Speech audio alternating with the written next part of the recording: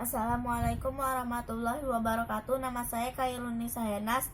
Saya akan membacakan makanan haram, makanan halal. Tafsir surah An-Nur ayat 45.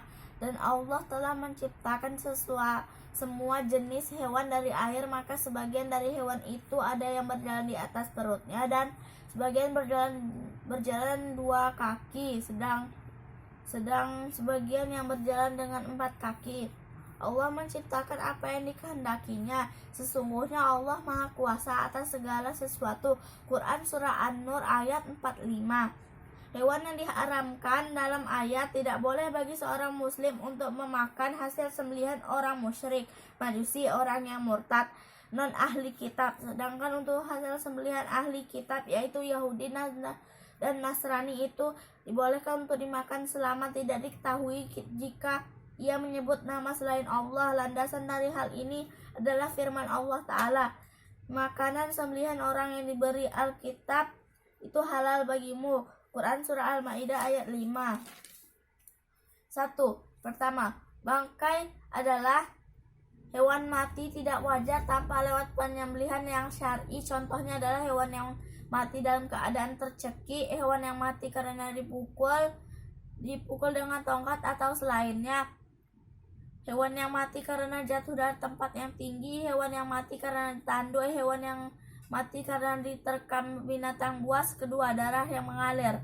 Adapun darah yang jumlahnya sedikit, semacam darah yang masih menempel di urat daging sembelihan dan sulit dibersihkan, maka itu dimaafkan. Ketiga, daging babi. Keempat, hewan yang disembelih atas nama selain Allah.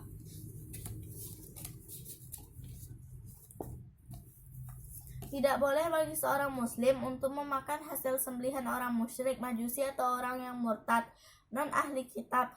Sedangkan untuk hasil sembelihan ahli kitab yaitu Yahudi dan Nasrani itu dia dibolehkan untuk dimakan selama tidak diketahui jika ia menyebut nama selain Allah. Landasan dari hal yang ini adalah firman Allah Ta'ala, makanan sembelihan orang-orang yang diberi Alkitab itu halal bagimu. Quran Surah Al-Ma'idah ayat 5.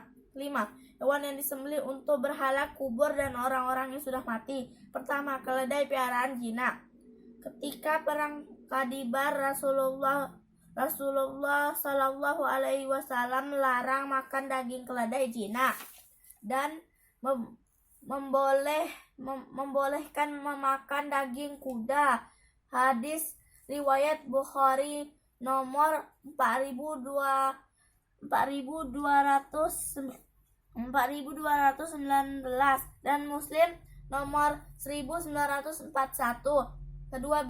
Kedua, binatang buas yang bertaring. Setiap hewan bertaring dan digunakan untuk menyerang mangsa, terserah apakah hewan itu liar, contohnya singa, serigala, macan tutul, macan kumbang, atau piaraan seperti anjing, kucing, haram untuk dimakan.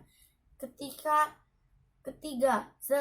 setiap burung yang bercakar dan cakarnya digunakan untuk menyerang mangsanya seperti burung elang, maka haram untuk dimakan.